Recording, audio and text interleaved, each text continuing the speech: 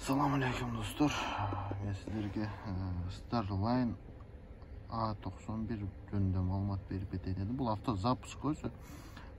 Буну кантип тамызат, кантип өчүрөт, азыр кыш келгенине байланыштуу көп адамга керек го дейм.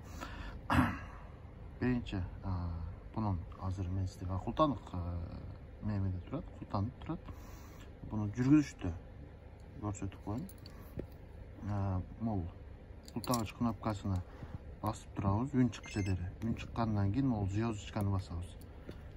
Машинанын өзүн от алдырат. Машина уже от алды. Бул ичкериде болсун, сыртта болсун, бул боло берет. Анан бул жерде 10 секунд, 10 минутта көрсөтүп турат. Машина 10 минутта кызып турат.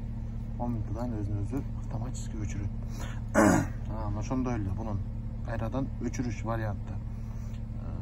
Ключту ача турганда басып турасыз. Буну деле ошол үн чыкчу дер, анан звездочканы басасыз.